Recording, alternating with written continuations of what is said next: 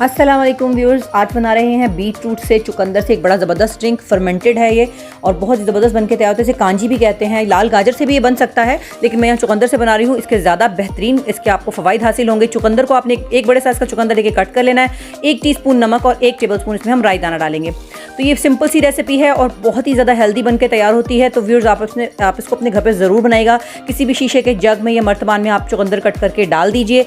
उसके बाद आपने इसके अंदर डालना है नमक और जो हमारा राई दाना है उसे हमने कूटना है, ताकि हमारे ड्रिंक को खट्टा करेगा, मज़ेदार भी बनाएगा और हेल्दी भी बहुत ज़्यादा कर देगा। फिर इसके बाद हमने एक बात आपको बताती चलूँ, जब कुट जाए तो इसमें डाल लीजिए और इसमें हम पूरा 1 लीटर पानी डालेंगे और उसके बाद हम इसको किचन काउंटर पे ही छोड़ देंगे अच्छे से कवर करके किसी कपड़े से 3 दिन के लिए। तो इसको बाहर रखने की धूप में ज़रूरत नहीं है। बेहतरीन है, जिगर के लिए बेहतरीन है और बहुत सारी प्रॉब्लम्स के लिए बेहतरीन है। ये ड्रिंक गट हेल्थ के लिए शानदार है।